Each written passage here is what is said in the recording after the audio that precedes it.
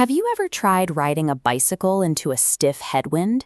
The air suddenly turns into a heavy, physical wall. You have to push against it with every pedal stroke. Peter Megdal spent his life studying that barrier. A 60-year-old scientist and heart disease survivor, Peter wasn't just riding for fitness, he was training to break a global cycling speed record. To do it, he entered an event known simply as the Hour. In almost any other race, the finish line is a physical distance, but in this event, the finish line is a clock. The race always lasts exactly 60 minutes, no matter what. If you run a marathon incredibly fast, the pain ends sooner.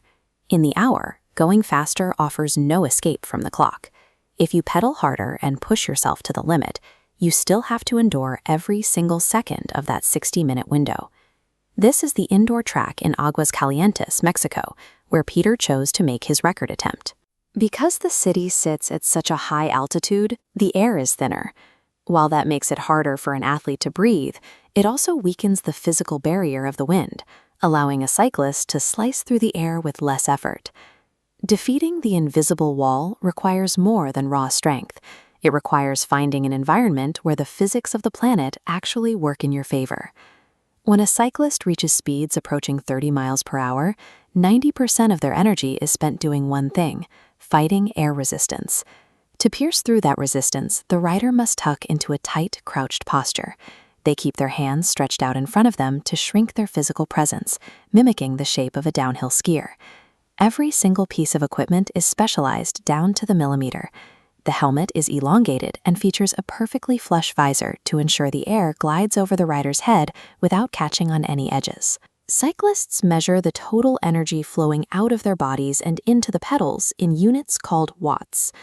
At this level of competition, the difference between winning and losing isn't found in the muscles, but in eliminating the microscopic frictions that slow a rider down. The target Peter had to beat was set in 2021 by a New Zealand champion who had already won multiple world titles. Peter calculated that to beat the record, he needed to cut through the air just slightly better than the previous champion, a difference of only 1 single watt. In physical terms, that 1 watt of air pressure is equal to about 10 grams of weight. 10 grams is the weight of exactly 6 standard office paperclips. To understand the precision required here, look at the scale of the effort. Peter would have to generate thousands of watts over the full hour, but his entire margin for success was represented by the weight of these 6 tiny pieces of wire. That tiny physical gap, the weight of 6 paperclips, was the only thing standing between Peter and a new world record.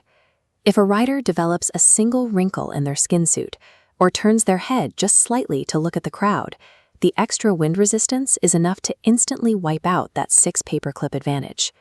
At minute 57 of Peter's attempt, his legs were burning, and he was exactly tied with the world record pace. Because regulations forbid riders from carrying speedometers, Peter was completely dependent on his wife and coach to hold up signs showing his lap times. But in the final 3 minutes, the support team got caught up in the excitement. They stopped showing the cards. Peter was suddenly riding in total silence, with no idea if he was ahead or behind. Severe cramps began to lock up his muscles. Without any data to guide him, Peter had to commit to a blind, agonizing sprint, gambling that he had enough energy left to push through the pain. He was forced to bet his entire 6-month training block on those final 180 seconds, pushing his body to a breaking point without knowing if it would actually result in a victory. When the hour finally expired, Peter collapsed on the track. He had to wait in silence while the official judges calculated his exact distance. The final official distance was 47.43 kilometers. After cycling for nearly 29.5 miles, he had broken the world record by a mere 70 meters. Pushing past a limit, whether it's a medical diagnosis or a global sports record, requires the vision to plan for the invisible and the willpower to fight for the weight of 6 paperclips.